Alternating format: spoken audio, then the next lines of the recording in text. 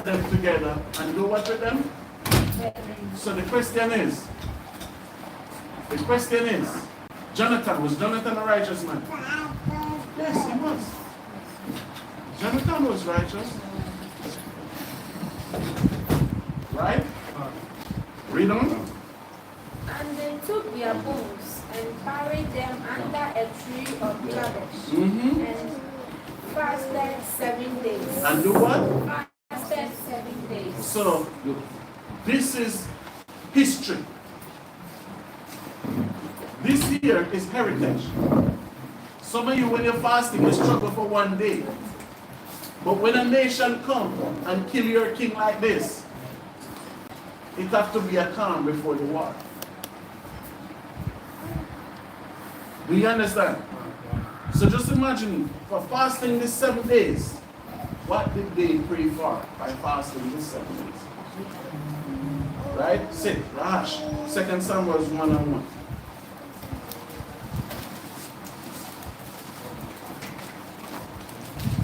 The book of 2 Samuel, chapter 1, verse 1. Read. Now it came to pass after the death of Saul, when David was returned from the slaughter of the Amalekites. Where David coming from? From the slaughter of the Amalekites. So who are the Amalekites today? What nation of people known as the Amalekites today? No. The so-called white Jews. Remember, Esau's grandson name was what? Just read 1 Chronicles, the 10th chapter. Esau's grandson named Amalek. That's who Esau gave his blessing to. So the Amalekites and David was at war. So David coming back from that war now. Read on.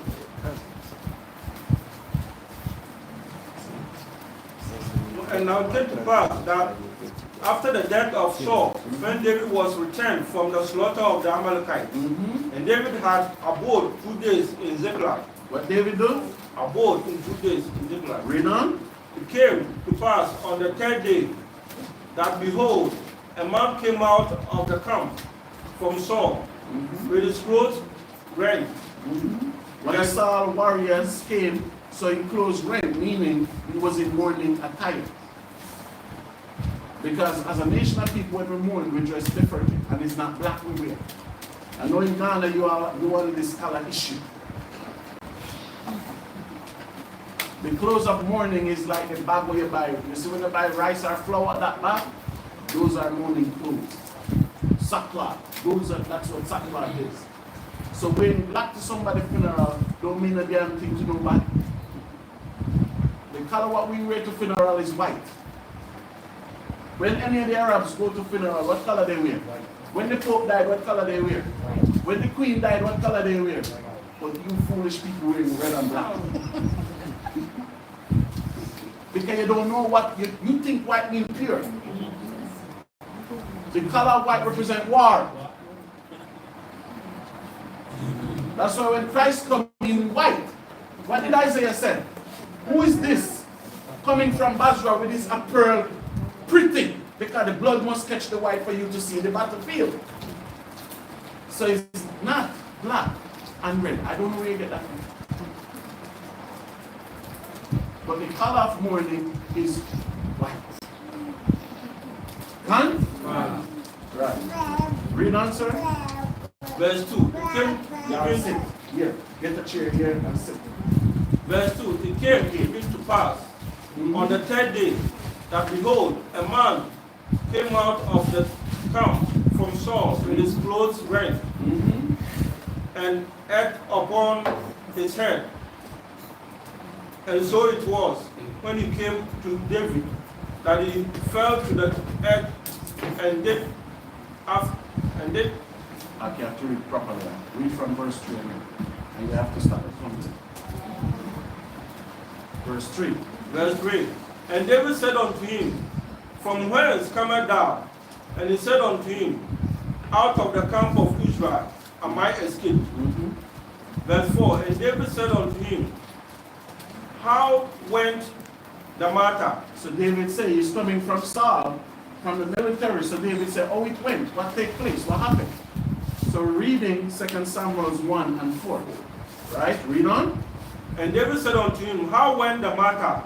I pray thee, tell me. Read. And he answered, that the people are fled from the battle, and many of the people also are fallen and dead. Read. And Saul and Jonathan his son are dead also. Read.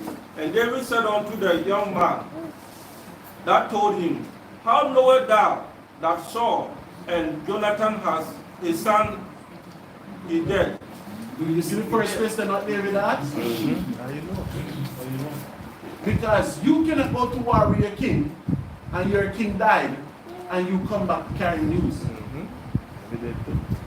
If your king died, you have to die too. It's as simple as that. Right? Because what type of man you go in war with, that's your king down there, you running from away. Survivor. You don't know, but it don't make sense. It's disgrace. It's disgrace. That's why Jonathan, you have to close the door. That's why Jonathan and the other two brothers died the way they died.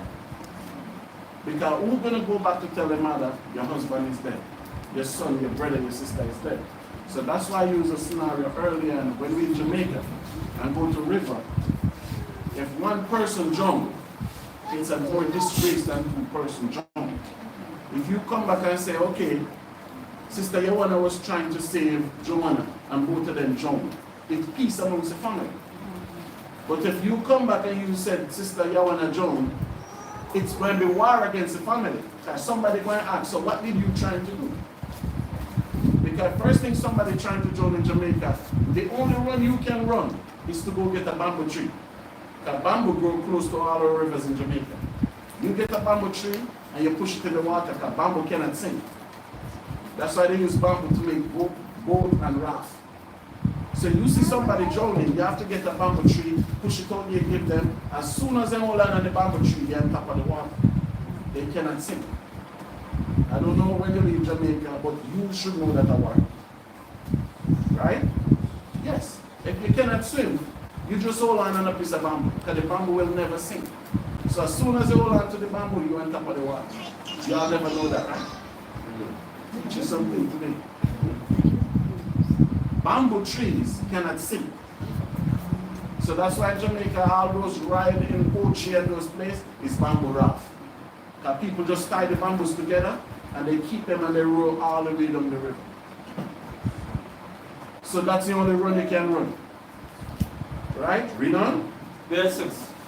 And the young man that told him said, As I happened by chance upon Mount Gilboa, behold, Saul leaned upon his spear, and in the chariot and horsemen followed hard after him. Shamat, read verse 6 for me. The book of 2 Samuel chapter 1 verse number 6. And the young man that told him said, As I happened by chance upon Mount Gilboa, behold, Saul leaned upon his spear, and lo, the chariots and horsemen followed hard after him. Read. And when he looked behind him, he saw me, and called unto me. Read. And I answered, Here am I. Verse number 8. And he said unto me, Who art thou? And I answered him, I am an Amalekite. And who? Amalekite. An Edomite, a white person. And where was David coming from? David just come from fighting them, right? Read on. He said unto me again, Stand in me. Read on. So I stood upon him and slew him, because I was sure that he could not live after that he was fallen. And I took the crown that was upon his head. I did what? I took the crown. So when Saul go on the sword, what happened? He never died. He was still on the battlefield. So Saul tell him, say, listen man, for the suffering, kill me. So what did this Amalekite did? He did it. Kill him and take out his throat. Read on. And I took the crown that was upon his head, and the bracelet that was on his arm, and I brought them hither unto my Lord. He brought them to who? David. Read on. Then David took hold on his clothes and rent them, and likewise all the men that were with him. Read. And they mourned and wept and fasted until even Read. for Saul. and for Jonathan his son, Mm-hmm. and for the people of the Lord, Read. and for the house of Israel, Read. because they were fallen by the sword. Read on. And David said unto the young man that told him, Whence art thou? Mm-hmm. And he answered, I am the son of a stranger, an Amalekite. So you see that. So it was in the same nation with David. So let's see how David going to deal with this matter after mourning period is finished. Read. Deacon, you want to translate? Verse number 14. Mm-hmm. And David said unto him, How was thou not afraid to stretch forth thine hand to destroy the Lord's anointed? So you hear what David said? So you just killed the king like that. Weren't you afraid? Read. And David called one of the young men and said, Go near and fall upon him. And he smote him that he died. So look at this. David was in with a young man there that maybe never killed anybody yet. David said, come. It's time. This time for your first kill. Do you see? Because now what happened is the first king of Israel is dead. So now somebody have to pay. So this is just like when the World Trade Center get bombed in America. Bush came on the news and Bush put up over 30 countries on the list. And Bush said, one of you top. Pakistan was there, Cuba was there. Bush put up about 20 countries. And within 10 minutes, you see countries start to be eliminated from it. Then you see one country on the news feed. I know some of you don't remember, but I remember all things.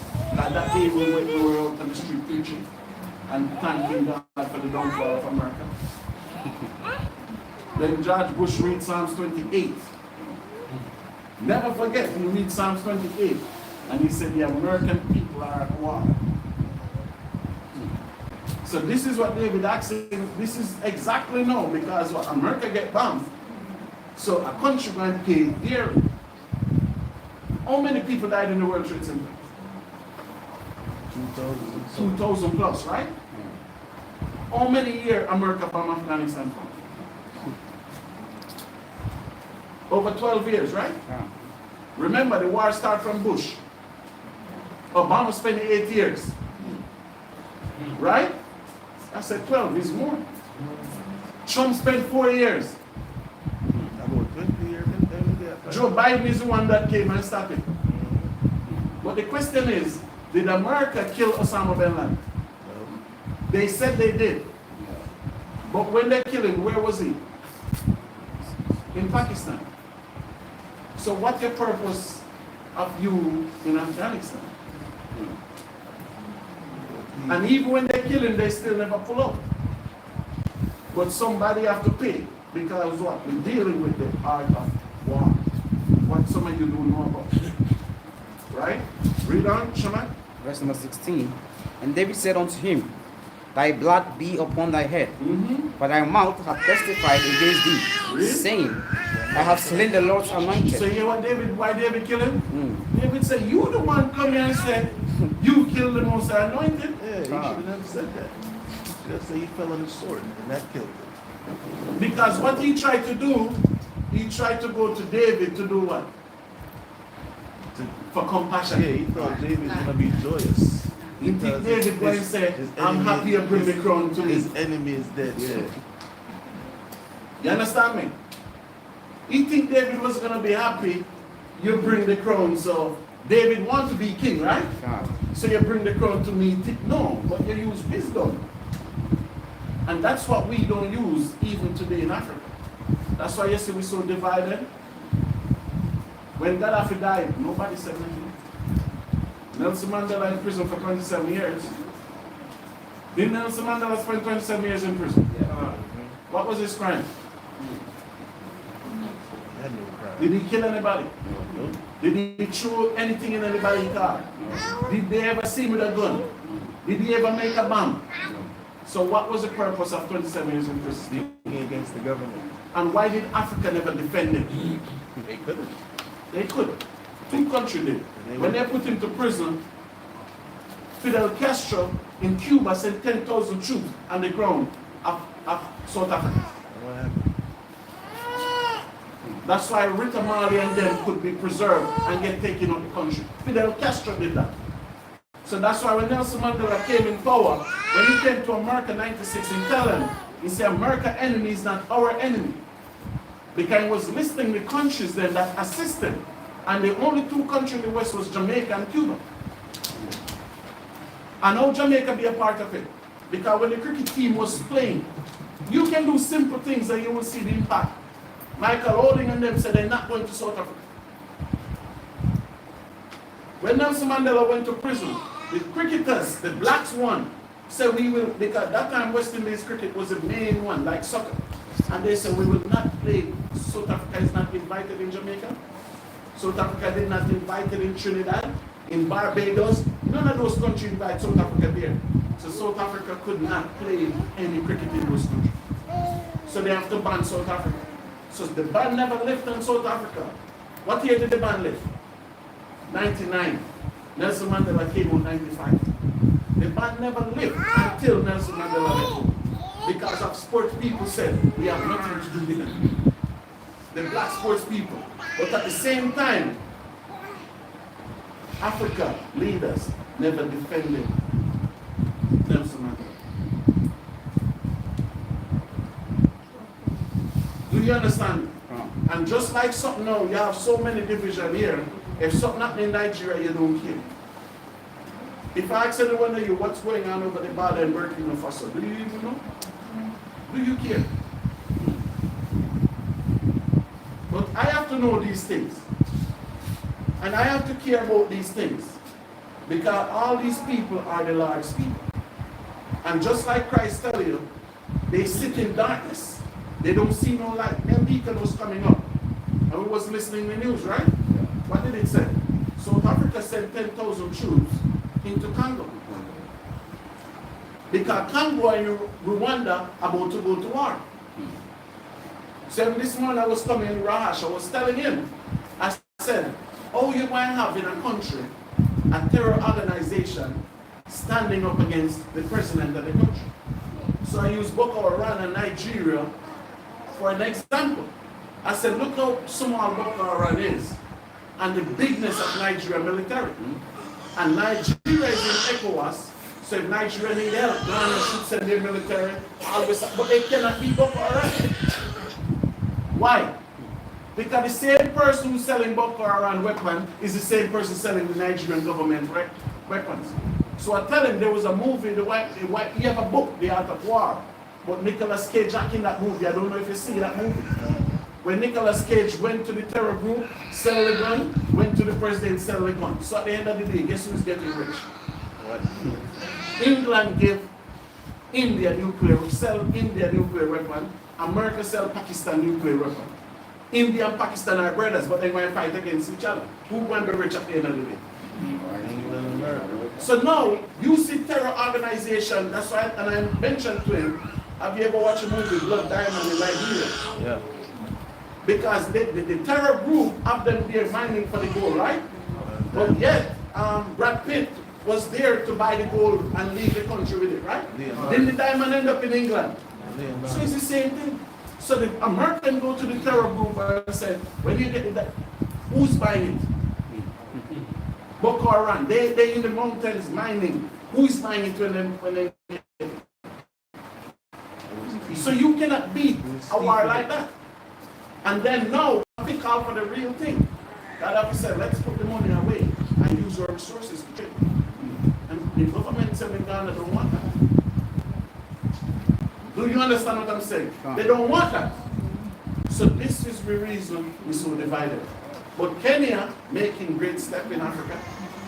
And Kenya is the first country in Africa and said, no African need a visa to come here. Kenya was the first. Because all the, what you call it, the police, the barrack was put up by slave masters. We never put up barrack amongst each other. Because Master Muse ruled what? It was known as a REM, R-E-L-M, as one. As one king. The empire was in Timbuktu. It was Guinea, Mali, Ghana, Nigeria, Burkina Faso, Cote d'Ivoire, Ivory Coast. He ruled it as one empire. So ask me if that time Infante was in existence. Ask me if God was in existence. Ask me if Ashanti was in existence. But all of a sudden, no, you have tribal war. And look at it. All of your Akan, but they think you're different from somebody else. When you use your history tell you you have one king. The entire king for West Africa was Mansa Musa. Right? Didn't he die? Yeah. 1353? He died 1353. 1313 he was in Mexico. Google it. He went to Brazil 1310. He went there more than 100 years before Christopher Columbus did. But you'll teach your children that this Christopher Columbus discovered the earth, right? God. But the history tell you, if you go on Google, you will see it. It's in his biography. As African, how much are you by his biography? Because when we came in the truth, we tried to find his children. Because if he have a son alive today, the son would still consider as king. Because we deal with monarchy, not presidency. We don't have election in Israel. We will not vote. When our king died, we put his son on the throne. We deal with monarchy. And monarchy stop division. Because you're NDC, you never vote for me, I will not give you anything. Foolishness. That's why it's not in the Bible. So you'll call it communist, you'll call it whatever you need. But communist government is better than democratic government. Check the communist country. How much election party in Ghana? Stand. How much party Ghana have? Name how much? What number? Over 20, right? And then freedom just farm one too, right? How much party in America? Two. Independent. How much in China? One. How much in Russia? One. Do you know how much in Congo? 33.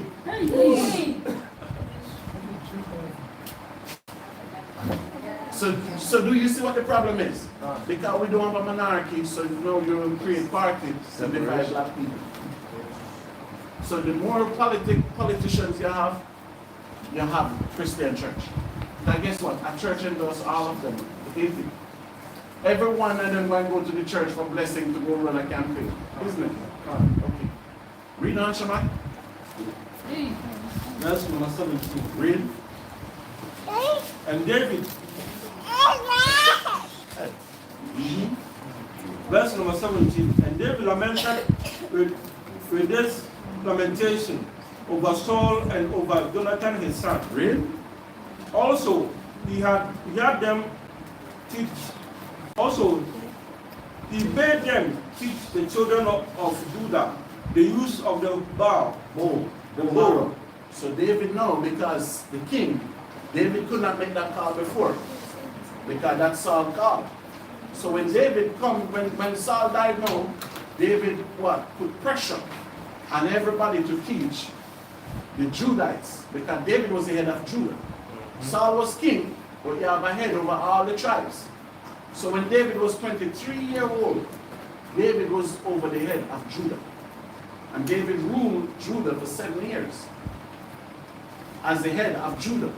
So when Saul passed, David emphasized that they teach their children the use of the what? The bow. What are you teaching your children today? Deacon? Have to make noise. To go to church and sing and clap and tell her Jesus love you beside you. Yeah, we know that. What else? So do you see that? So when a child born, he's born for the art of war. Because none of you here never go to Israel, right? Israel is not a country. Israel is known as a state, meaning a military state. So everybody in the country, from you reach 16, you have to join the military. Even if you're a midget, you have to join. So when it's time for war, everybody have to. So where do those white people get that from? Right here. That's why they watch a movie, 300. What they telling children? When the boy reaches 7, they take the boy from the mother, right? And they beat him.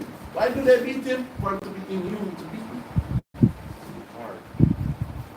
Then they send him in the forest. You have to go kill a wolf or a bear. Then you can prepare with the bare hands. Did they teach a lot of children? All that was black history. So even then, David said, "You teach your son to shoot a bow." Because which one of our father was renowned for using bow? Was it? Jacob. Ah, good job. He said when Jacob, our father, used a bow, he never missed. So in the read the book of Jubilee, Jacob shoot Esau straight in his heart. So David was good with what? What was David's weapon of choice? Sword. But David said, you have to teach our children the fundamental. In Jamaica, if our parents catch us with a play gun, they used to beat us, right? Can we go and become gunmen? But why we used to make play gun? Because it was naturally in us. When we born, it was naturally in us. So what we'll do, we'll make play gun to have. Remember we used to take the bamboo and put the wild coffee in there and fire shot? Boom. Why we used to play like that? It was naturally in us. But our parents will beat us. But now we have our children, we have to send our children to learn martial arts. We have to teach our children to shoot. And my son, 12, he'll be 13 April. Getting old, I have to remember. His mother took him to the range twice already. Because the thing is, in America, we have the ability to have what most black people tell them not to have. So now you have the white man buying up everything. And nobody teaching their children. You will teach your children something. To go to school to get a good education, to be a slave. Because I see your people talk, oh, my son, you work in immigration. He's working for somebody. He's a slave. Because your parents want you to go to school, leave school and get a good job. That's why the Bible said there's a wise man leave inheritance. Paper money cannot be inheritance. A wise man leave inheritance for what? His grandchildren. Leave him some land, leave him some house. Better than education. What university did Donald Trump go to?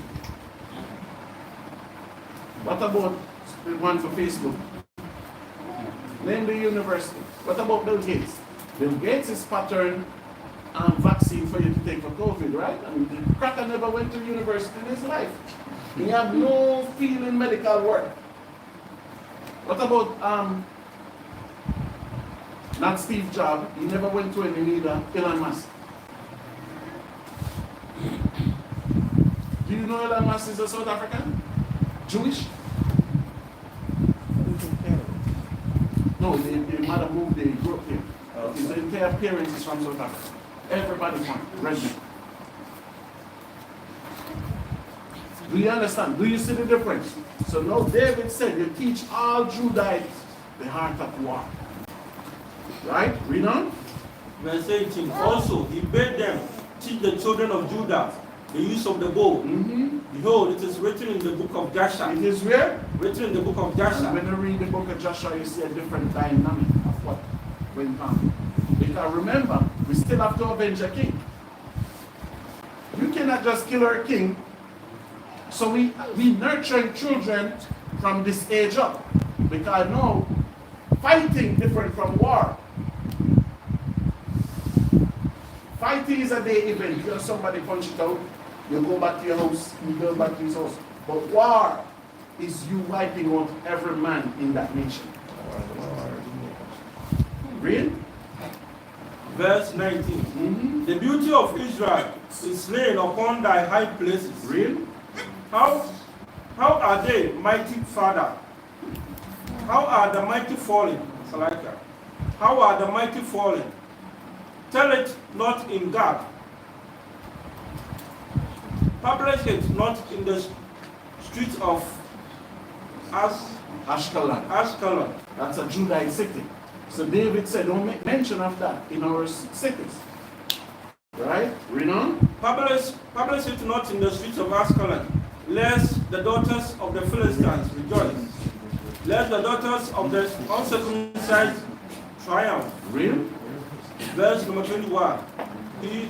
Yea, mountains of Gilboa, let there be no dew, neither let there be rain upon you, nor fields of offerings.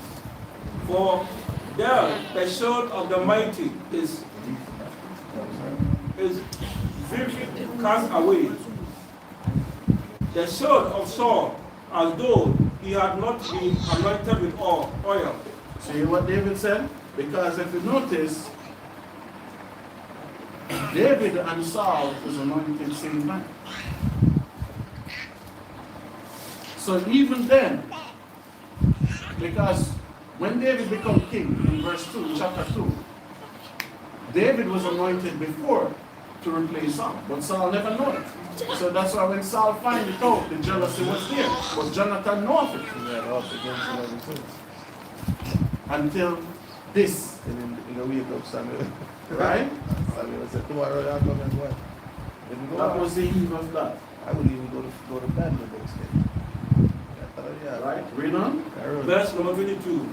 From the blood of the slain, from the fat of the mighty, the bow of Jonathan turned not back, and the sword of Saul returned not empty. So what David is saying here is basically a psalms. It's a prayer. Right? Read. Verse number 23. Saul and Jonathan were lovely and pleasant in their lives. And Saul didn't want to kill David, right? But when you understand what a nation means, these things don't bother you. Because I know somebody who hold a grudge. That's why when somebody in any way dies, what you'll do, you'll laugh, you'll rejoice. You understand me? But when you talk in a nation perspective, we cannot think like that. Because it's amazing, some of you think you're better than the next person. There's a slave. We all are slaves. We never choose to be in Jamaica. The Most High sent us there. And the same people that rule over us there, rule over you here. Stand up. Assume. Thank you. Stretch them up. Right? Read 24. Verse 24. Ye daughters of Israel, weep over Saul. What David said? Ye daughters of Israel, weep over Saul. Read. With clothe you, who clothe you in scarlet, with other delights, who put an ornament of gold upon your apparel. So now, when Saul was king, Saul was a strong warrior. So when they go to fight the spoils, what Saul bring back, this is what the daughter of Israel used to do with it. So we used to wear jewels in the night. It's only Ghana I come to see where the Christian pastor tell them not to wear jewels. But the white man here robbing the jewels every day. So they teach you that thing and you believe it. That's why you can't live in the land, the Gold Coast, and you have no gold. Because you make your pastor tell you it's a sin to have gold. But in Israel, we used to do this from day to day, man. Our boys, our girls, pierce their ears, everything. My 2 sons' ears pierced. And if I get more sons, the ear will not, razor will not go up on it, and they have to come and do it themselves. And their ears, my son, both ears will pierce. Just like his father. Because the Most High bless us with all the ornaments. Right? Read on. Verse 25. How are the mighty falling in the midst of the battle? O Jonathan, thou was slain in thy high place. So because David and Jonathan was buddies, best friend. So David cannot stop reminisce like Jonathan is not there anymore. Right? Read on. O Jonathan, thou was slain in thy high places. I am distressed for thee. What David said? I am distressed for thee. For who? My brother Jonathan. For who? My brother Jonathan. Were they from the same mother and same father? No. Were they the same mother? No. Were they the same father? No. But they were brothers, right? No. They were even different tribes, weren't they? One was Benjamin, one was Judah. But we all see each other as brothers. So that's why David can say what he's saying here. What David said, I'm distressed for what they did to my brother Jonathan. He's distressed. But when your brother died, what will you do? We'll kill him back. When your brother passed, what have you done? We rejoice, right? We rejoice. Right? Read on, sir. And mistrust for thee, my brother Jonathan. Very pleasant hast thou been unto me. Thy love to me was wonderful, passing the love of women. So you see that? So you have a lot of so-called people now will come and tell you that David was homosexual. That David loved Solomon, loved Jonathan. But that's why he used the word, he was distressed. And he will never see Jonathan again. David said the love I have for Jonathan foresees past the love of any woman. That's what brotherhood is. Do you see that? Right? Read on. Verse number 27. How are the mighty fallen, and the weapons of war perished? Read. Chapter 2, verse 1. And it came to pass after this that David inquired of the Lord, inquired of the Lord, saying, Shall I go up into any of the cities of Judah? Read. And the Lord said unto him, Go up. And David said, Why that shall I go up? And he said, Unto Hebron. So where was Hebron? What significant was about Hebron? YAHAWAH.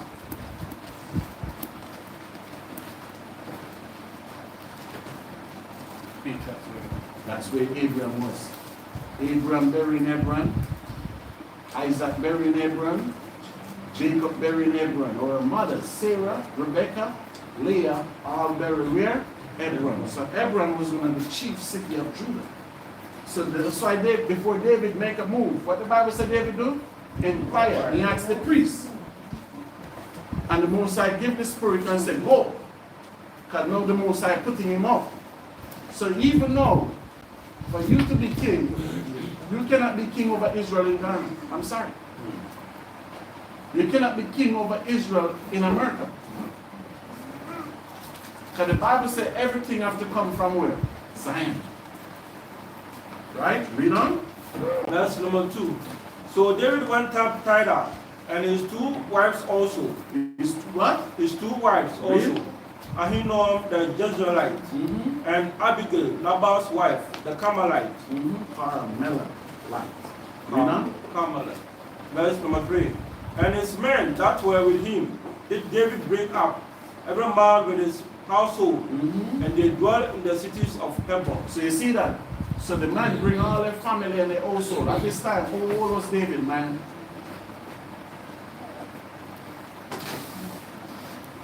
Sit. How old was David here?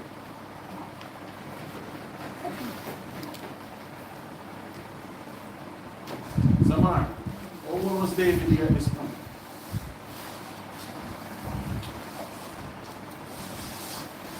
Shaman. 20. How old was David here at this point?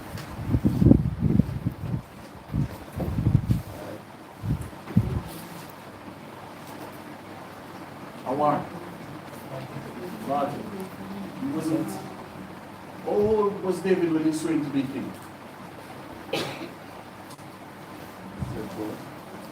To be king. When he got blessed, when he got sworn in. When he gets sworn to be king, how old was he? He was old? You sure?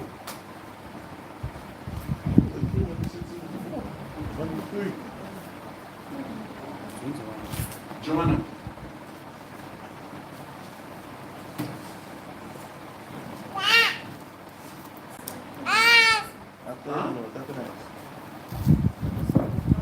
David was 30 when he became king. David ruled Israel for 40 years. He died 70. So you all do the math. So at this specific time, he was 30 years old. Because the Most High sent him to the chief city in Judah because he stand from to sit on the throne. He was 30. He ruled Israel for 40 years as king. He ruled the land of Judah for 7 years. So in all, he was in rulership for 47 years. Okay, 23 to 30. All right, good. Right? Read on. Verse 3. Verse number 3. And his men that were with him did David bring up, every man with his household, and they dwelt in the cities of Hebron. Read. And the men of Judah came, and there they anointed David king over the house of Judah. Read. And they told David, saying that the men of Jabesh Gilead were they that buried Saul. Read on. And David sent messengers unto the men of Jabesh Gilead, and said unto them, Blessed be ye of the Lord, that ye have showed his kindness unto your Lord, even unto Saul, and have buried him. So that you see what a leader do? So even until this point, sit. David never unified all Israel yet. Do you see the difference? He never unified all 12 tribes yet. Because you have to be head of his tribe first before he go forward. But by being the head of his tribe, what did he do? He thanked them for what they did to Saul. Because this wasn't going to be no rush. But it will be bloody. Right? Read on. Verse number 6. And now the Lord show kindness and truth unto you. And I also will requite you this kindness, because ye have done this thing. Read on. Therefore now let your hands be strengthened, Read. and be ye valiant. Read. For your master Saul is dead, Read. and also the house of Judah have anointed the king over them. Anointed me king over them. So like anointed me king over them. So when you go into Chronicles, the only difference in records you will see, when Saul put David up, Saul would move him back. Will you understand me? So that's why I know when Saul died, the people put back David over them as king. Now remember, Saul did give David a wife, right? What did Saul do with the wife? Yes, and when David became king, David went back for her. Do you understand me? Right? So we're going to go into some history now. Read on. Verse 8. Verse number 8. But Abner, the son of Ner, captain of Saul's host, took Ishbosheth, the son of Saul, and brought him over to Mahanaim, and made him king over Gilead, and over the Ashnites, and over Jezreel, and over Ephraim, Read. and over Benjamin, Read. and over all Israel. So this is where we're going to politics now. This is where, this part of the history is when the house of David and the house of Saul went to war. But when you finish, read this, David overcome. So even this story, you know, when you know, nothing in your life that you will get will be easy. And even this, when I read the book of Joshua, the Most High saying the light in it. Do you know why? Because David proved himself. Because to pleasing the Most High, you have to show and you have to prove that you want something. And David wanted to rule over Israel because he was a better man, he was a more fit man, but he had to fight for it. So when he subdued, because if you take this kingdom out now, right? When they go into verse 4, that captain was a Benjamite. He died. David had to kill him. So when David removed him now, what happened? David take over the entire realm. So get me 5 on 1. 2 Samuel chapter 5 verse 1. Then came all the tribes of Israel to David unto Hebron, and spake, saying, Behold, we are thy bone, behold, we are thy bone and thy flesh. Also, in time past, when Saul was king over us, that was he that laid out and brought in Israel. So what they saying to David now, even when Saul was king, David was one of what? The captain. Because why Saul get jealous, they used to sing, David killed 10,000 men, Saul killed 1,000. So he said it was David who was leading them into captivity. So after the war between his house and Saul's house, This is what the people are saying now. Right? Read on, verse 2. Verse 2. Also in time past, when Saul was king over us, that was he that led it out and brought it in Israel. And the Lord said to thee, Thou shalt feed my people Israel, and thou shalt be a captain over Israel. Read on. So all the elders of Israel came Hallelujah. to all the elders. And this is to be a king, this is what you have to get. Not some, not one or two. I like how that one captain will put the king in power. No. You have to get all the elders from the 12 tribes. Right? Read on. So all the elders of Israel came to the king to Hebron, and King David made a league with them in Hebron before the Lord. Read.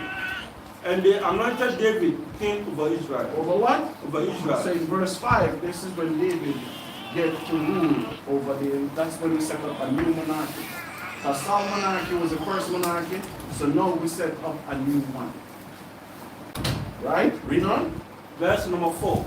David was 30 years old when he began to reign, and he reigned 40 years. How old was David? 30 years. Okay.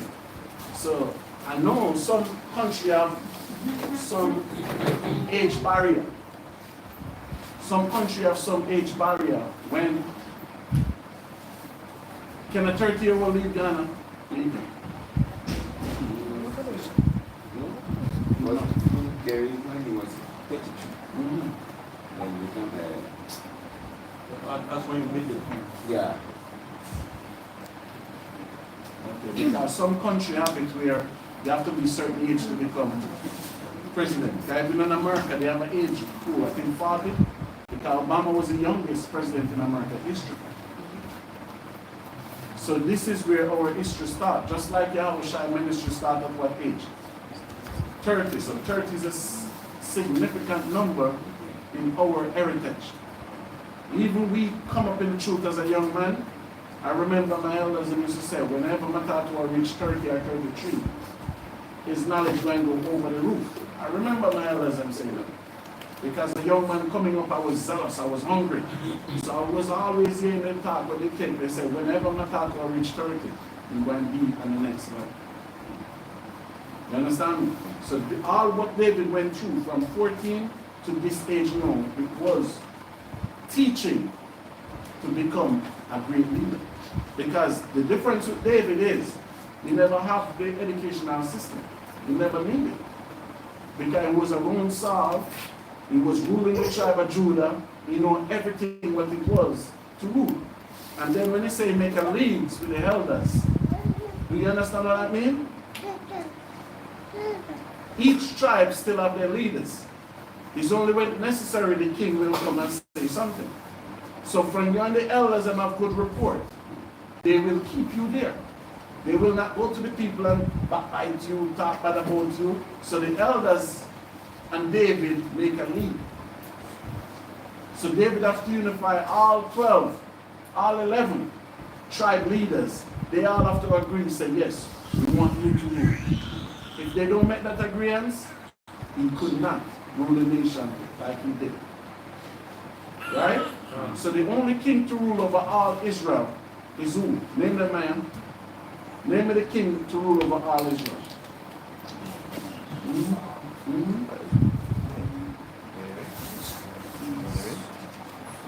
Solomon. So how many years we stayed together as a unified nation?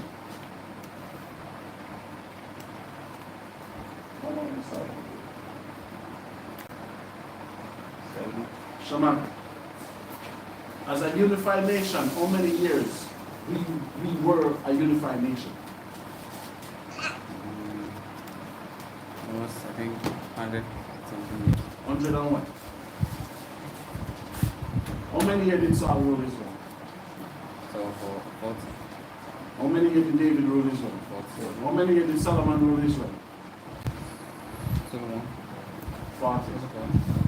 All three kings ruled Israel 40 years. Solomon died at 72. So we only been unified as a nation for 120 years. So do you see our history before Do you see your history after? So, Solomon was 200. That's what that be was. careful of the baby in the front. So when you understand that, you can understand why we're not unified today. And you see why we're not unified today, right? Yeah. Because no care how brilliant somebody is from Togo, you all will never have him to lead over you.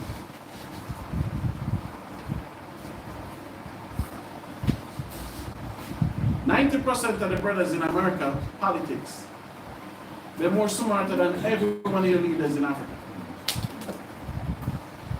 But guess what you won't do? You will not have him rule over you. Because you set up so many laws for that not to happen. And each country do it. And you all never did this until in the 60s. You know that, right? These treaties never signed until in the 60s. Because when Kwame Nkrumah came into power, Kwame Nkrumah wanted to rule all Africa. And you have leaders in other countries back him. But guess who never want that to happen? America. Who? America. No. Ghana. There was a Nana great-grandfather. He was one of them who created that coup.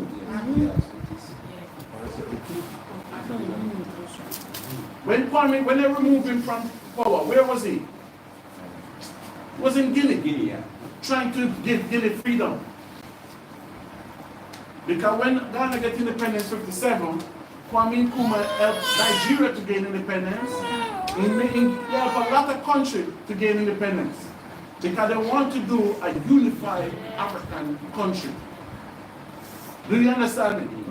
And the person that never wanted that to be was Ghanaian leaders. They overthrew a president when he was not even in the country. This is history. Because you know how I know it's history? Because I buy Kwame Nkrumah biography. That's why I know him and Obama went to the same school. That's why I know Kwame Nkrumah, he was working at a fish store in Harlem and he went to Columbia University, the same school as Barack Obama. I know. Because it's on the first page of his book. So I buy it and I read. When I take my long flights, I read. And I know everything is not accurate what they say in the book.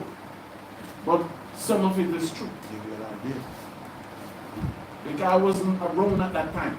So even when the uproar in America with the Black Panthers and them in the late 50s or the 60s, Kwame Nkrumah was in America. You see the struggle what black people go through there. We have Israelite preaching on the streets in America, 1954. Kwame Nkrumah was in the crowd. Listen. So you know he was Israelite too. So when he came back and he negotiated with the Queen to get it was for black and all about black. And some of the people in here in Ghana said, no, he's becoming a king. You think he's a king? He wants to become a god. Yeah. They were jealous because he started to go to other countries and making moves, and other countries did respect him and love him. Yes. So the people here in Ghana, they said, you want to be a king? This is not politics. You're not doing for Ghana, no. You follow Marcus. Marcus is ruler. Marcus, right? They tell him because you see Marcus Garvey there. Marcus Garvey died in 1945. Yeah. So everybody will know about Marcus Garvey if you went to school in America in the 40s. You understand me? Josiah Ford was the one preaching. They can go on YouTube and look up Josiah Ford. Only thing Josiah Ford, he wasn't teaching the New Testament. But Josiah Ford was out there teaching, and the president was listening to him. The same thing what I'm preaching today. And he came back and was doing for Africa. Guess who he trained? His own country. So now, when you go through these books, you'll understand why we have not been unified from Solomon until today. Just imagine it. From Solomon until today, we have not unified since. Can you imagine if Africa was united? Africa united, they would have the greatest economy in the world. The greatest. Number one economy in the world. If we trade amongst ourselves. Yeah, they would have control of all their resources. But the people love it like this. Because as long as you can say you got, You're better than somebody. you're better than the A-way, and you can say you're fancy, you're better than the Negati, that's a conversation for you. And then the white man come here, Take away the key. the white man don't have no choice. Because all of them European. Our money. So you just come in and take everything. The Chinese came in. Did the Chinese celebrate your New Year's? They just celebrated their New Year's last week, right? The Arabs, do they celebrate their New Year's? But they all come and look at you fighting which one of you is better. That's what you do here. Because all of you as a tribe think you're better than somebody. You're slaves. You've got slave, Fanti slave, Ashanti slave, Dagati slave, American slave, Jamaican slave, wherever we are slaves. So we cannot make our own universal decision. Because if you think you're free, go to the airport and say, I want to go to any country I choose. And say, who will stop you? Who the first one going to stop you? Your own people. Because in Ghana, I see them do stuff at the airport. When Ghanaians travel, they answer where you're going. So true, I don't have Ghanaian passport. They could not ever ask me that. But they will see Ghanaian online and press them. Because Ghanaian, you all have some fearful spirit in you. So when you go in a place like that, you fear them. I have to tell one girl, I have to say, you don't have to tell them where you're going. Make a sharp man, oh, you have to tell. So I said, why you never ask me? Don't worry about it, you're not Ghanaian. So I said, what's the difference? Make a sharp midget. You understand me? They press you. So if you say you want to travel, you go, your people is the first one when be your presence. And tell me online.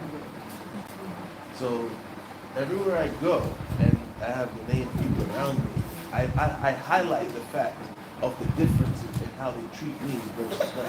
You have to. Because they look at us, they know us. Yeah. And this is what I don't like. Don't treat me different from anybody else. Do you understand me? As I was telling Deacon yesterday, I grew up among some of the greatest black leaders in this world. In the terms of war, in the terms of education, in the terms of everything. Do you understand me? I grew up around some of the greatest black leaders of all times. I learned from some of the best. I hear people break down things and I have to look and I have to look. And I see people have 4 or 5 different readers up there. Everyone, you read this, you read that. I witness and I see. And none of them ever once taught me to look at any of my brothers and sisters different. So that's why when I come to Ghana and I hear that in a house you have different plate and different cup for everybody. The most I go and curse somebody forever. When you go to church, a pastor tell about generational curse. There's nothing in as generational curse. You have the right to do the right thing today. You have the right to repent and do good today. Because your life is different from your great-grandfather's life. That's what you don't know and that's what you don't understand. That's why I tell you there's no sickness is in the family line. Didn't I tell her last week? The king have cancer and nobody in the royal family have cancer. So sickness is not genetic. So if your grandfather was dunce, could not read, could not write, that don't make you should come, don't learn to read and learn to write. Do you understand me? Right? Read on. Chapter 5. Verse 1, chapter 5. Chapter 5, verse number 4. David was 30 years old when he began to reign, and he reigned 40 years. In Hebron, he reigned over Judah 7 years and 6 months. And in Jerusalem, he reigned 33 years over all Israel. So you see that. So, but his ruling starts what age? 23. And there's no way he can become a king over the entire country tribe. It would never happen, right? Not like that would happen, right? I disagree. I think we should. It will not love. Because the chief already want to be God and want to be this and want royal dainties and all that stuff, right? But what you have set up is not what God have set up. God's plan is different from your plan. So that's why your plan, you have so much rules and stipulation. God just rule. God just give the man that good for the job, go ahead and rule. Right? Read on. Verse number 6.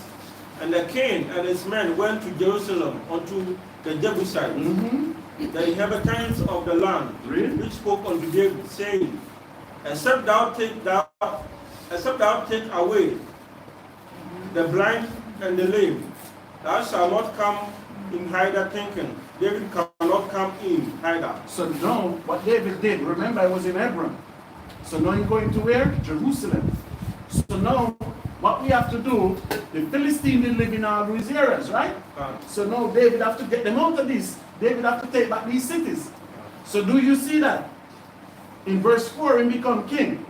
Verse 6, the campaign started. Remember Bush campaign, free Iraqi people? The campaign started, free the Israelite land. Verse 7, sir. Verse number 7. Nevertheless, David took the stronghold of Zion. What did David do? David took the stronghold of Zion. So you see that. Nevertheless, what they said to David, David went and David took the city. This is when it becomes Zion. Because when David took it, he gave it to the Most High. That was his first conquest as a king. Read. Nevertheless, David took the stronghold of Zion. Read. The same is the city of David. Is what? The city of That's David. his first city he conquered. Jerusalem. And when he conquered it, he said it's for Zion, because I give it unto you, Lord. Right? Read on. Verse number 8. And David said on that day, Whosoever get up to the gutter and smiteth the Jebusite, and the lame and the blind, that are hated of David's soul. So you see that? So now, in the same day, how David took it, they're telling you how David took it. So he said the same day David get all the man, and David said, which one of you, my warriors, want to go up there and kill everybody up there? God, my soul hated these people. See what David said? He get all his military together and said, who's going to go up there and take this city? Because my soul hated these people. Read on. And David said on that day, Whosoever get up to the gutter and smite the Jebusite, and the lame and the blind, that are hated of David's soul, he shall be chief and captain. Wherefore they said, the blind and the lame shall not come into the house. Read on. So David dwelt in the fort, and called it the city of David. Read. And David built round about from Millo and inward. Read. And David went on and grew great, and the Lord God of hosts was with him. 11.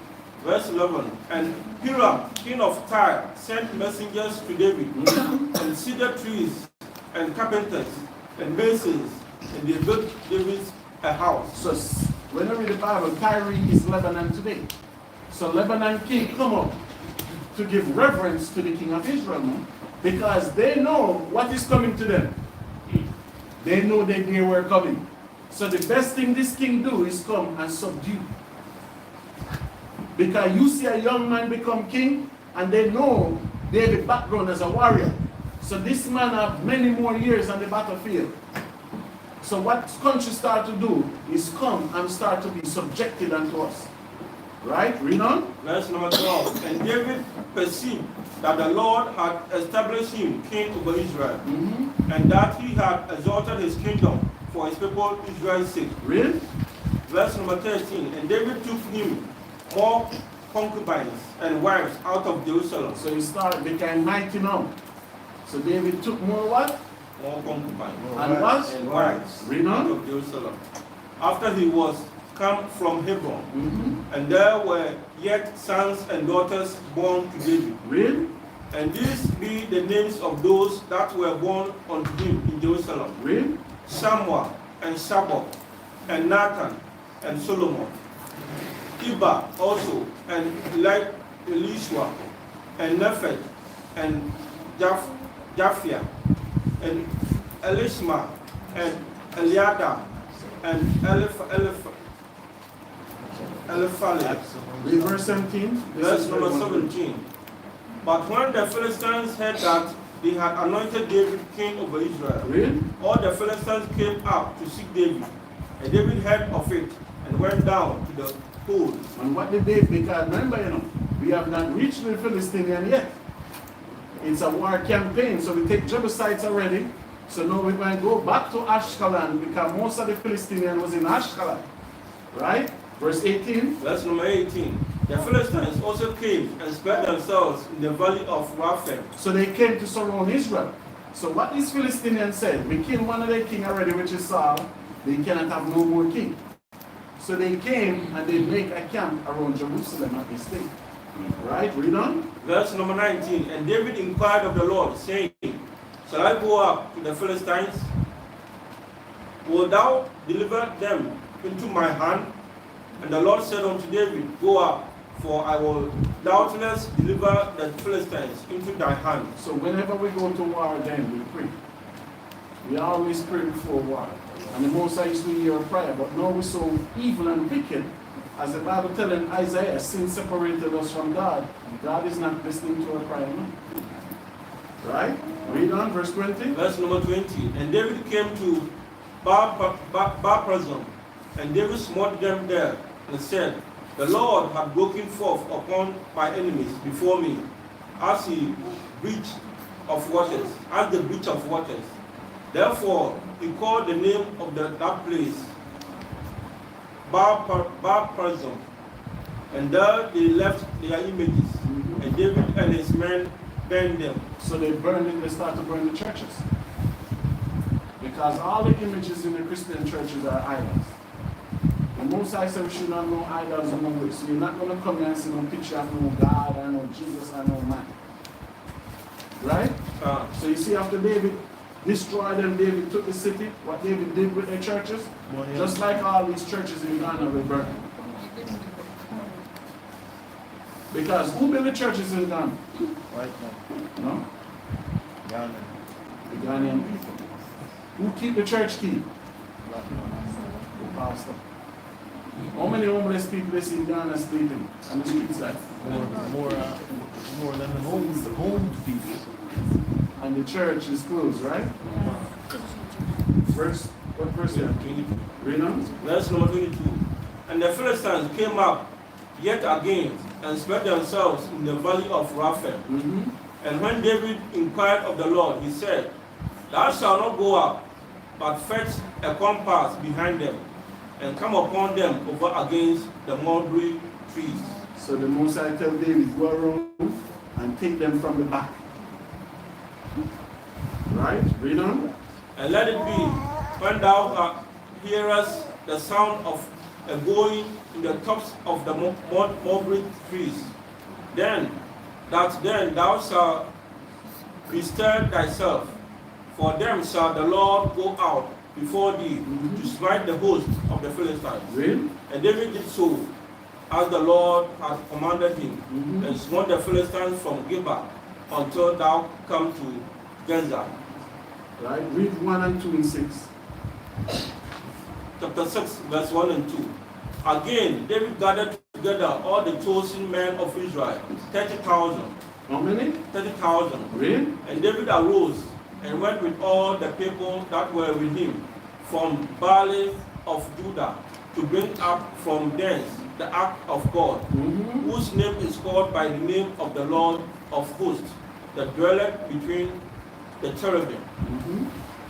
And they set the ark of God upon a new cart, and brought it out of the house of Abinadab, that was in Gibeah, and Uzzah, and Ahoiah, the sons of Abinadab, drove the new cart. So now it was in a priest's house.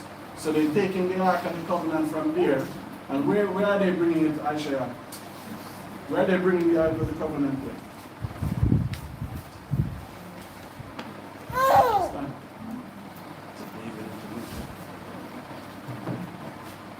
Where are they bringing the Ark of the Covenant? Zamana. bringing Jerusalem is a big place. I can't post is a big place. It's somewhere in Jerusalem, but where? Jerusalem named Zion. Where? Where was it? Where was it? And the temple hasn't been built yet. Where was it? Solomon built the temple. Maya? Where? If David is Where alive, was say the the temple? temple ain't built yet. Yale. Oh, sorry. Where was the temple? YAHAWAH. It's a place. The Bible tells her where. Remember I tell her the Most High will do a lot of four places in the earth. I tell her Mount Sinai, the Garden of Eden. And where else? Mount Maria. They're bringing it to Mount Maria. The temple was in Mount Maria. So that's where they were bringing it. See everything? So they're bringing it here. Right? Read on Rahash. Verse number 4. And they brought out of the house of Abinadab, which was at Gibeah, accompanying the ark of God. And Ahio went before the ark. And David and all the house of Israel played before the Lord on all manner of instruments. All manner of what? Instruments Really? made of fair wood. So what instrument did David play? Sister Angela. Stand. Hey. What was David's instrument? What was David playing here? You say he used to go to Presbyterian, I remember. And next week you bring a Bible, okay? I see you with a Bible. What instrument was David playing here?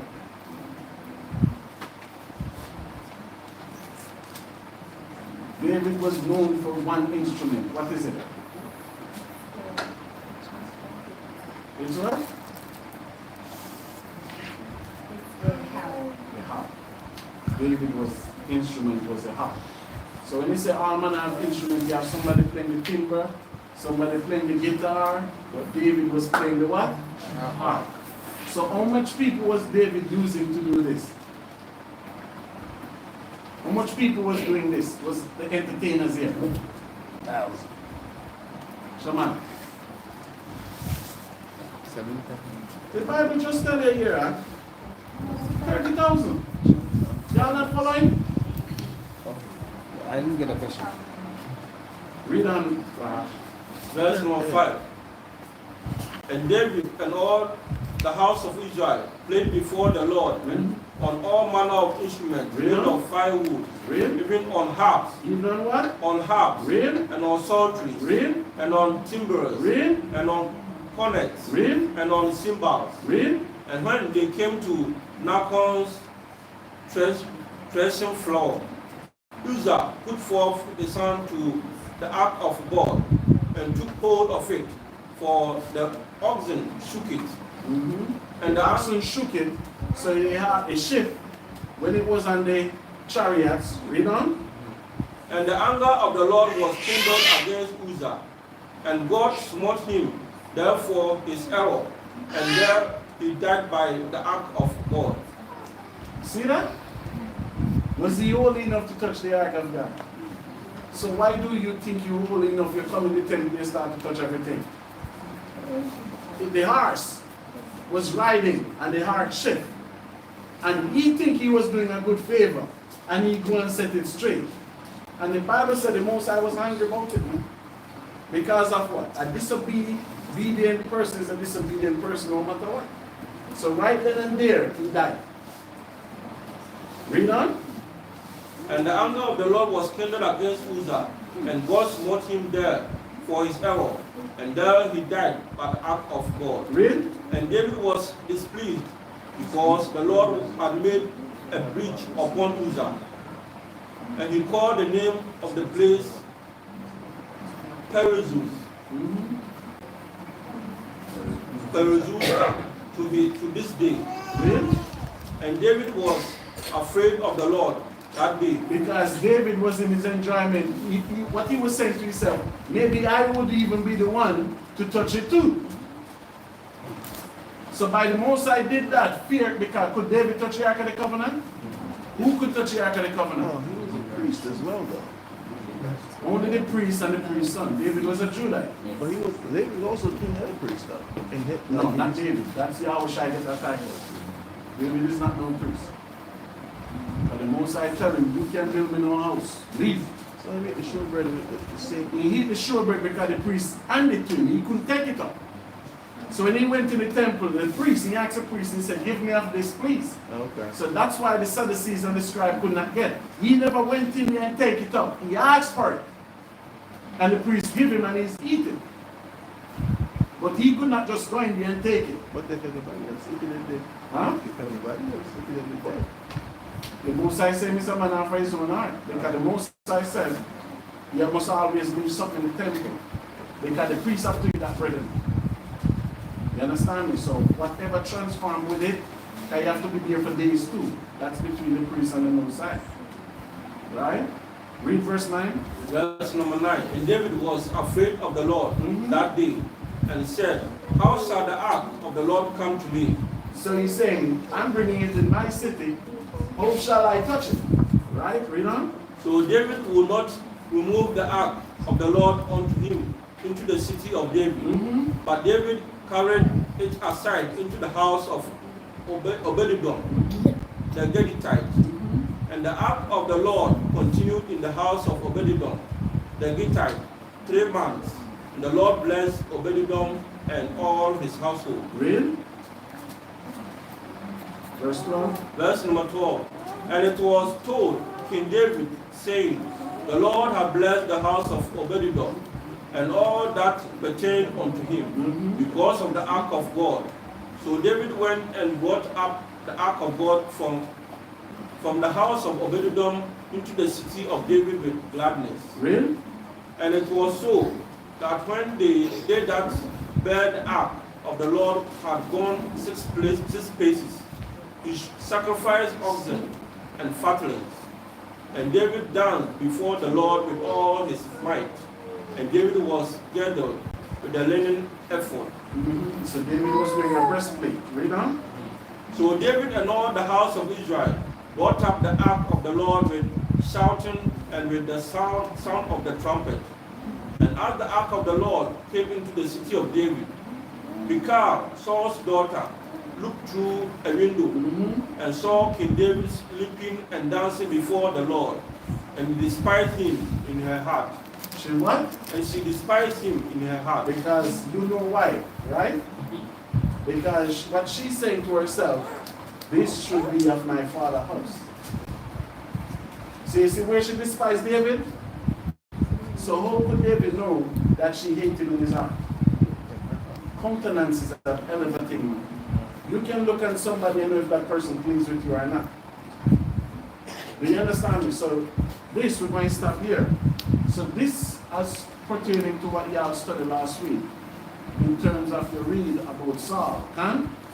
So this is when our second king of Israel sit on the throne, and a king, how David get this kingdom and what David have to do to establish it and to keep it for Christ. Christ came from the same lineage. Christ is the one that will sit up on the throne physically this day.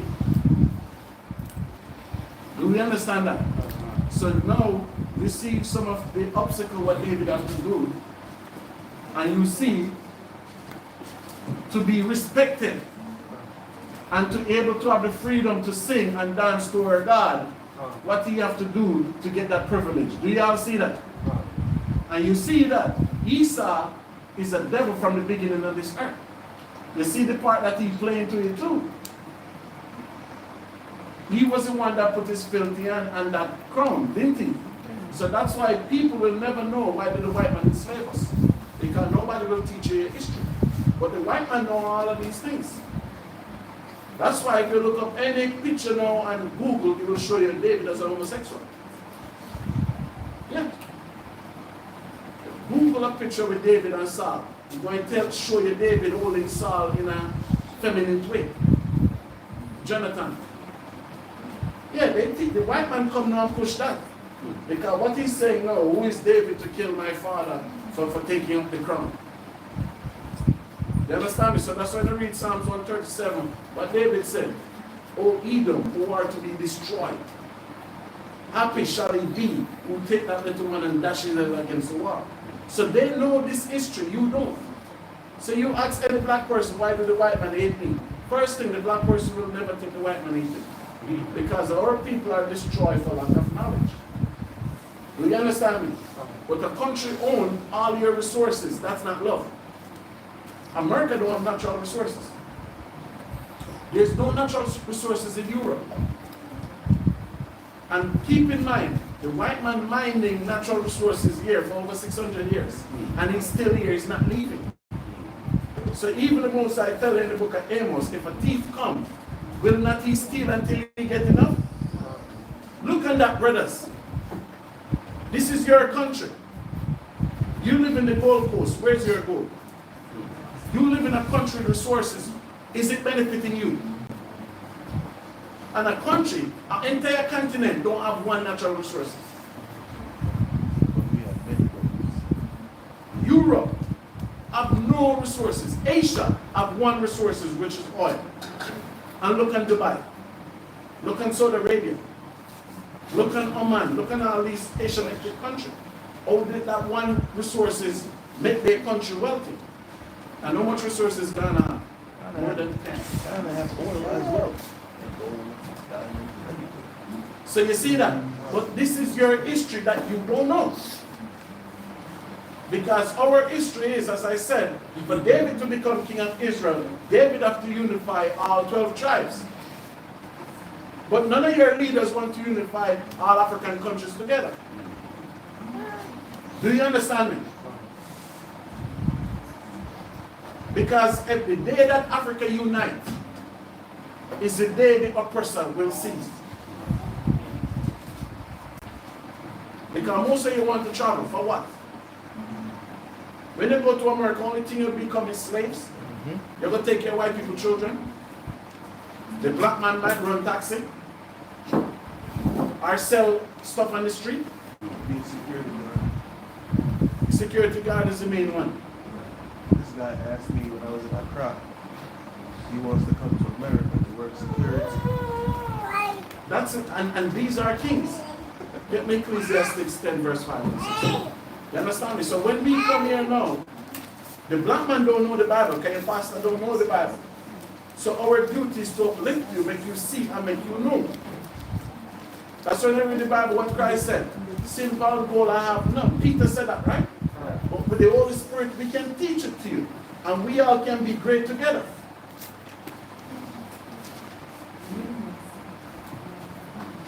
You find it, sir?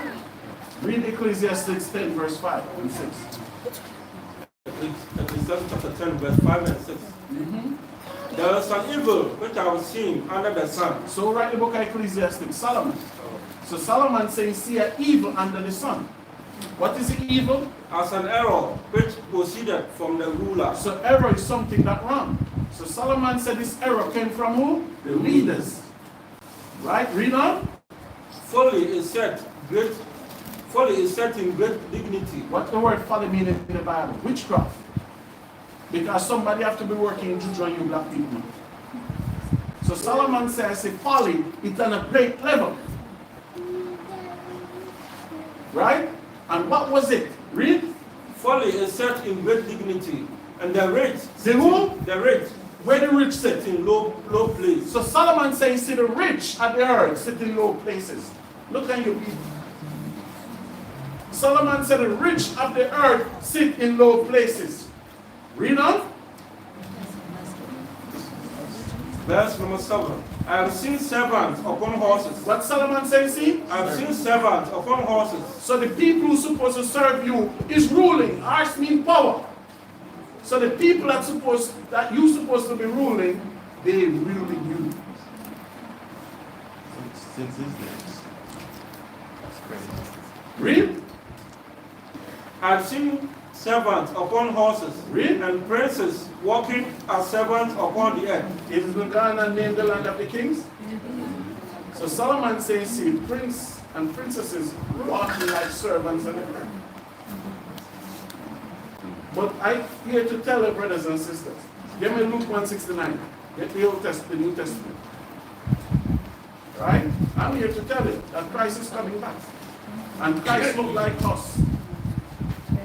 Christ was a black man like us. A black mother and a black father. And he's coming back. Right? Luke 169, sir.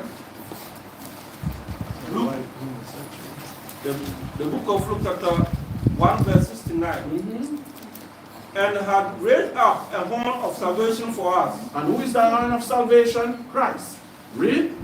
And had raised up a horn of salvation for us in the house of his servant David. Read. As he spoke by the mouth of his holy prophets, which have been since the world began. Read on. That we should be saved That from our we enemies. should be who? Should be saved from our enemies. The devil. Enemies. Because one thing black people know is real. Is the devil. And when I ask black people, if anybody ever see this devil, nobody never see this devil, but everybody's scared of him. So now the question is, Sister Angela, stand. What the word devil mean? Because you have to teach your daughter.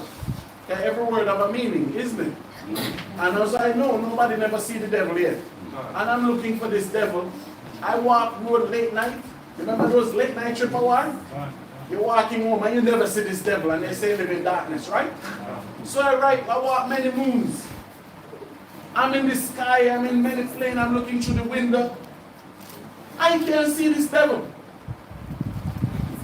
Do you understand me, man? I'm looking for the devil, I cannot find him. Then when I read the Bible tells me that the devil went to Jesus to tempt him, isn't he? And the devil said, I rule the world, I can make you king. If you bow to me, I will give this world to you. I own it. So then I have to look and I have to say, then the devil is not that spiritual being who the white man teaches about. So now I have to say, when Jesus was in Jerusalem, who was ruling Jerusalem? Herod, a white man. So then who could go to Jesus and say, if you worship me, I give this to you? So no, because I don't know nobody that ever see the devil. So it's not exist. It not exist. So in the Bible it tells you about the devil. So I'm asking my sister, we will identify the devil by finding the meaning of devil. How easy that is. Can we learn lies for generation? So we will not learn lies no more. So what the word devil mean, man?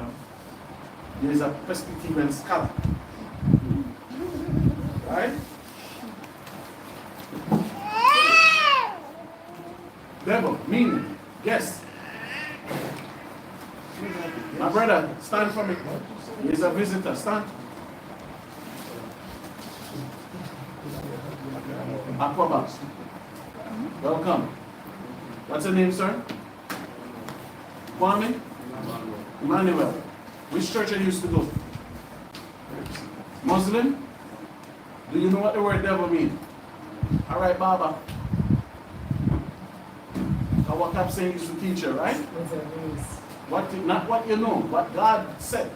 We cannot. As I said, the pastor tell us that the devil is there. The pastor never see him. Nobody never see him. So I don't know what you know, but what is facts.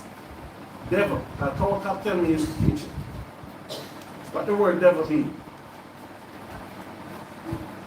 There's who destroy good things. The person who destroy good things is the devil. Who destroy Africa? The devil. Who? The devil. Devil don't mean that. But if you want to go down to that road, we can go there with you. Because some black people is the devil too. I was just in Accra and I look in the sewage to see all those plastic and everything. They're destroying the earth. But the word devil don't mean that. So let's go to the Bible. Sit and follow. Get to Revelation 12.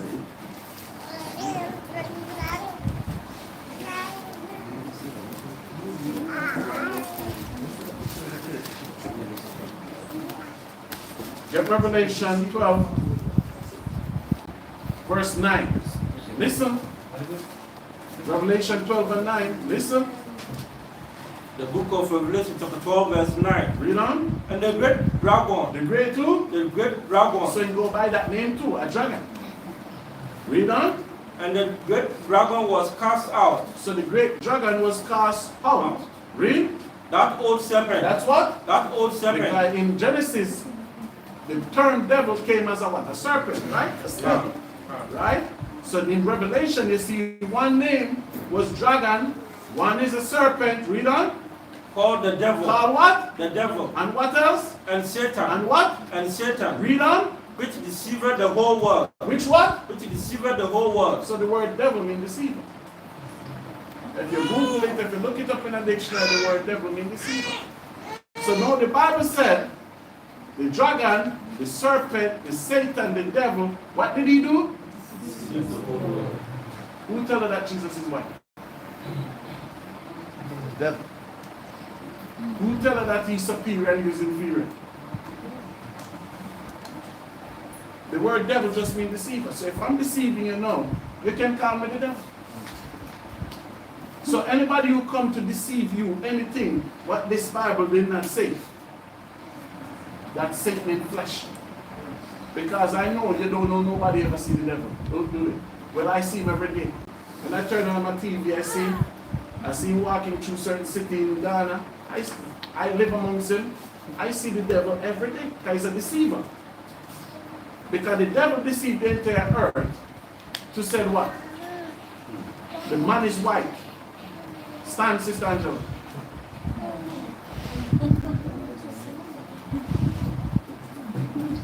Have you ever seen anybody look like her dress? What color is her dress?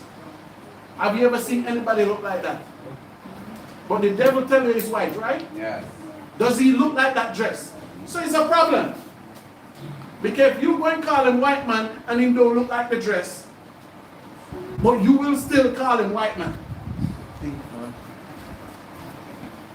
But he able to deceive you for you to think that he's white.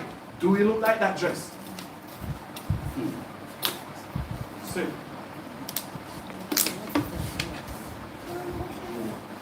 So let's go in the Bible and see what color it is. And then I close up with this. Get Genesis 25:19.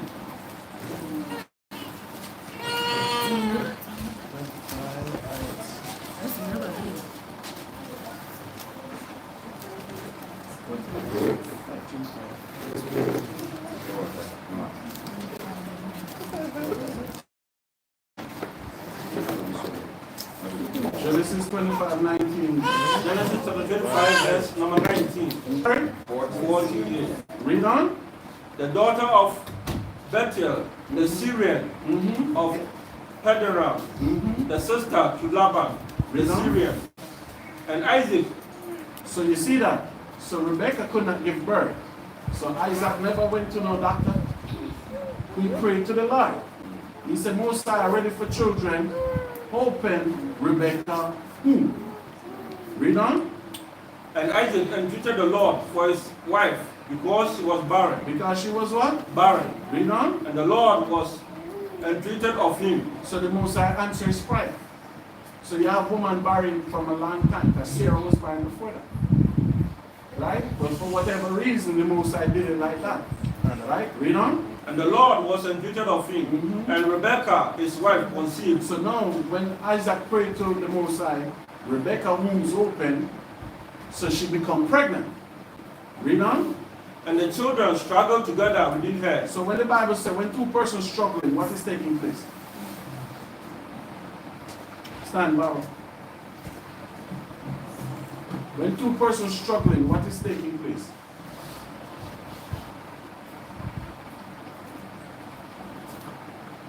They're fighting. If men are struggling, it's a wrestling match, right? Read that from him again. And the children struggled together within her. And she said, If it be so, why am I thus? And she went to inquire of the Lord. So she said, if God bless me with a baby, I'm having a terrible pregnancy. So So when she having that problem now, the baby's been fighting in her stomach. She said she go back to the church to ask the priest, why am I going through this? Right, read on. And she went to inquire of the Lord.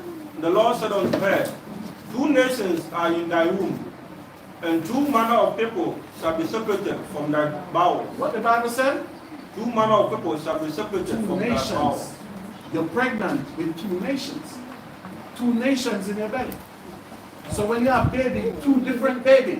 So one going to go right, one going to go left. Because it's 2 different manner of people. Listen, read on. And the one people shall be stronger than the other people. So the Bible said, oh, you will have 2 children, but one will be stronger than one. Right? Read on. And the one people shall be stronger than the other people. And the elder shall serve the younger. So the Bible said the first child that come through the vagina will serve the last child that came from the vagina. Right? Read on. And when her days were to be delivered, were fulfilled. Read, hold on. So now he reached the day of deliverance. How many days does a woman take to give birth? How long does a woman take to give birth? That's fine.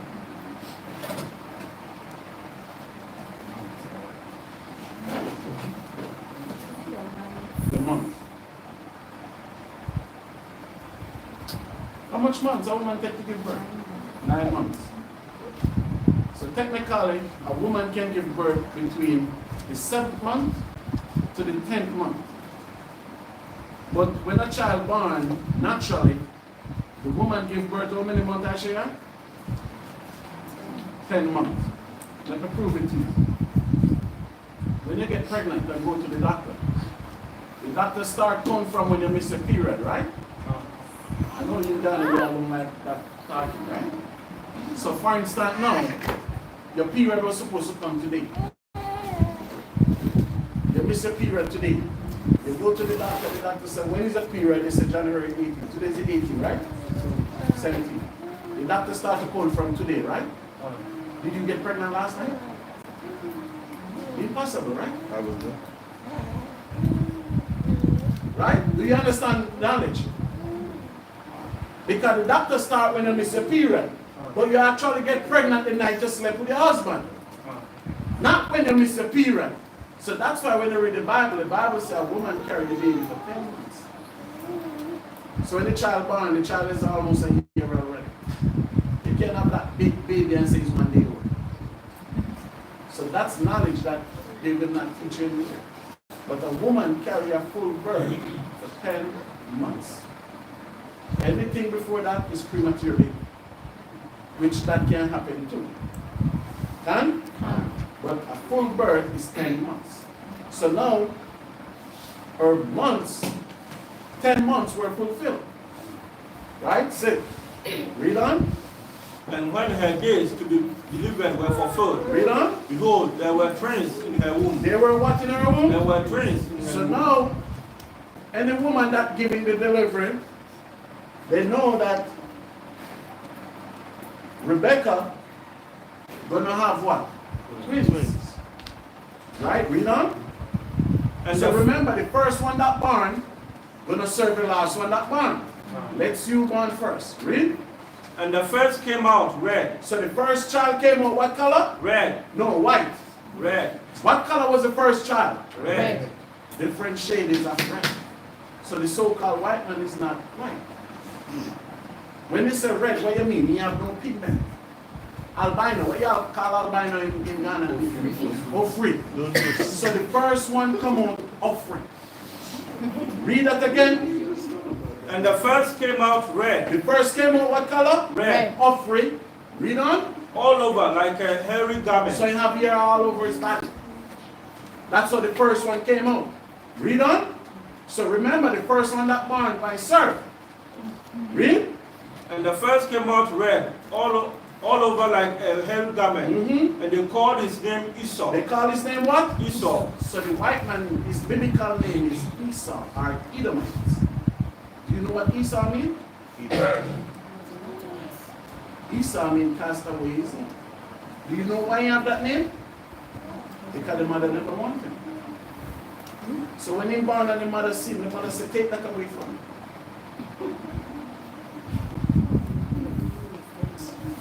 Go, read, look. This is not what pastor teaching in churches. When the mother said he come out, and what you call him, offering. The mother said, take him away from me, cast him away. Do you see that? And the Bible said the first one that come out will serve. But the birth ain't finished yet. Read on. Verse number 26. And after that came his brother out. And what happened with his brother? And his hand took hold of Esau's feet. So you see that? So two child born. So one here, the little baby Mary born, and somebody hold on, the next one hold on to Mary's feet. If you're walking and somebody hold your foot, what will you do? Yep. So one is to overthrow. So the child born spiritually like this. So this was happening from in the mother belly. But all of a sudden you black people make pastor tell you Jesus died and everything changed. Who killed Christ? Was it the Romans that killed him? Who pushed the spear in his side? And why was the Romans kill him? Because he said he was a king of black people. I'm the king of the Jews. So from the birth until Christ come and die, we have turmoil on the earth. And all of a sudden, you black people go to church in Ghana. And God going to save everybody. Do you see that? So this is the originator of the first black man in our century. First white man, so-called white man in our century. That's why he stay in Europe where the ice and everything at. That's why if he come to Africa, the sun burn him. What he catch? Skin cancer, right? But the sun gives you vitamin D, right? We get electrolyte from the sun. They cannot walk in the sun. But you don't see common sense. You still saying this devil is right. When he look, not if the sun burning is redder, if the rain fall on him is redder, if the snow fall on him is redder, because this earth was never created for him. And when I said this is the second white man in our generation, who was the first white man? Zamar. The first so-called white man, who was he? If Esau is the first in our generation, which so-called red man we have before him? Who? Cain was the second one. Now when Cain killed his brother Abel, God said, I'm going to put a mark upon Cain that anybody in the earth see know that he's the murderer. What was that mark? Go to church and answer, pastor. I hear some pastor preach, God put 6 in his forehead. When the Bible said that? No pastor know the understanding for that. What the Most High did to Cain is take the pigment from his skin. His body is start to change to become, what you call it? Duntus. They don't know it like that here. Offering. They took the pigment from his skin. That was the mark upon Cain. So Cain was walking on the earth as an offering. So everybody knew him as a murderer. So in the Most High sent the flood with Noah, all that generation died out. What the Most High did, he bring it back with Esau and Jacob, which Esau is a progenitor of Cain, and Jacob is a progenitor of who? Because they have the same criteria, they love to do it in things. He came outside and he said Cain was a black man. They say yes, yes. They say Cain was black. Yeah. You understand me? So that's what they tell you. But come to the Bible, we'll show you. So we're from Ham. Because the Bible tells you that, and we're not Hamitic neither. We're Shemitic. You understand me?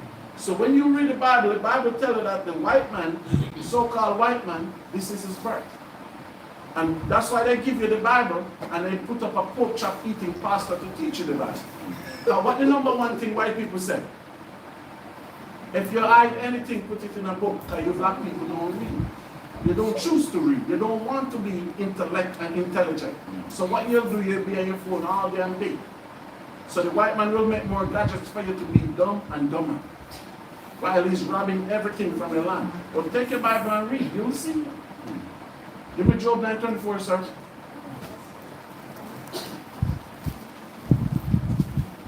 Book of Job 9:24. The book of Job, chapter 9, verse 24. Read on. The earth is given into the hand of the wicked. What the Bible said? The earth is given into the hand of the wicked. So the Bible said the planet Earth is ruling by wicked people. Who is ruling the earth? Whites. What color people ruling the earth? Whites. What the Bible call them? The wicked. The Bible tells you the wicked people ruling this earth. So the earth is in their hand. So they do what they choose. That's why they give you gay rights. They tell you that women have rights. They tell you all these things. Because they're evil and wicked. Read on. The earth is given into the hand of the wicked. Read. He covered the faces of the judges thereof. And whose face he covered? That's why we paint the picture of Christ. And the original picture of Christ was black. He painted white. So he started to cover and start to whitewash. You read about Israel from in Genesis in the Bible, right? So Israel get independence in 1947. Israel is only 10 years older than Ghana. It don't make sense. So that's a whitewash program. Read. He covered the faces of the judges thereof. Read on. If not, where? Read on. If not, where? And who is he? So if the white man is not the wicked, Job asking you, show me. Because every day the pastor come and tell me, oh, Satan this, Satan that. Show me him. You call him his name that much, you must see him. But you see Satan right in front of you every day. You know? Give me Job 30 verse 37. Let's see what color was Job. But yeah, Job have a color. Job color is in the Bible. Let's see what color he was. The book of Job, chapter 30, verse 30. My skin is black upon me. What color was Job's skin? My skin is black upon me. What color was Job's skin? So then tell her that, all right, give me Jeremiah 8:21. Job must be lying. So let's see what color was Brother Jeremiah. And Jeremiah was from the tribe of Levi. Job was from the tribe of Judah. 8:21. Jeremiah 8:21. Jeremiah chapter 8, verse 21. Read on.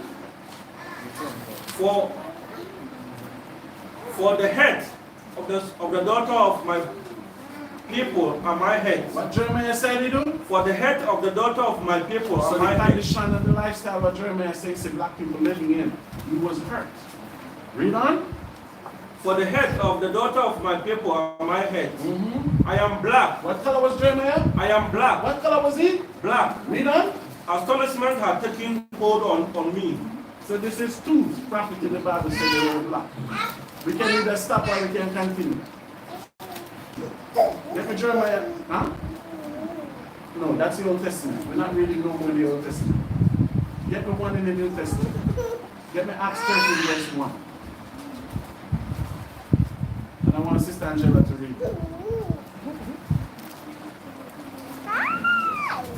Acts 13 verse 1.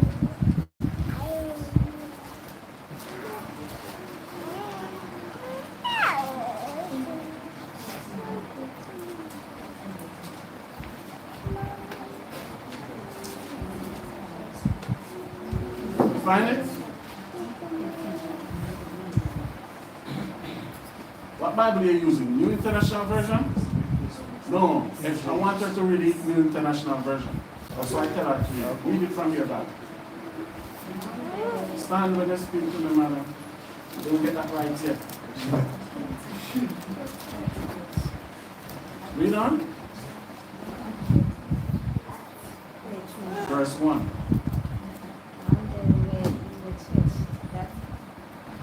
Was at Antioch. Antioch is Athens. That's the capital of Greece.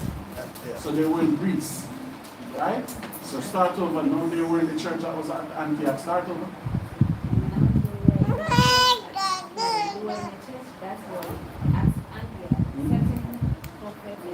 So there are prophets and teachers in this church, right? Read on. Barnabas was there and Simon was there. They called Niger. So I want you to go on Google and look up what Niger means quickly. You have 2 seconds. Hurry up. The next thing you're going to go and say, Elder, they twist the Bible. I know black people are, this is my people, I know that. So now we tell you, Acts 13 verse 1, we tell you, no, there were a church that was in Antioch. Certain prophets and teachers, as Barnabas, Simeon, that was called Niger. He tell you Lucius was there, Paul even tell you Paul was there. So when they call him Niger, what color were they? N-I-G-E-R. What's the meaning of N-I-G-E-R?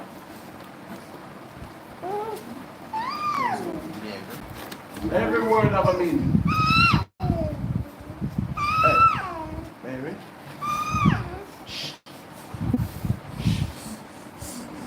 So when you find it, we're waiting now.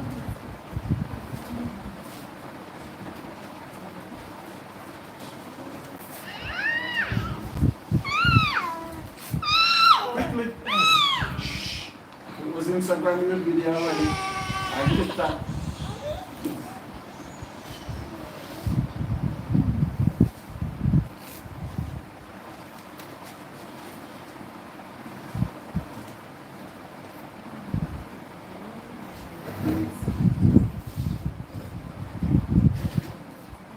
Waiting. You don't find it.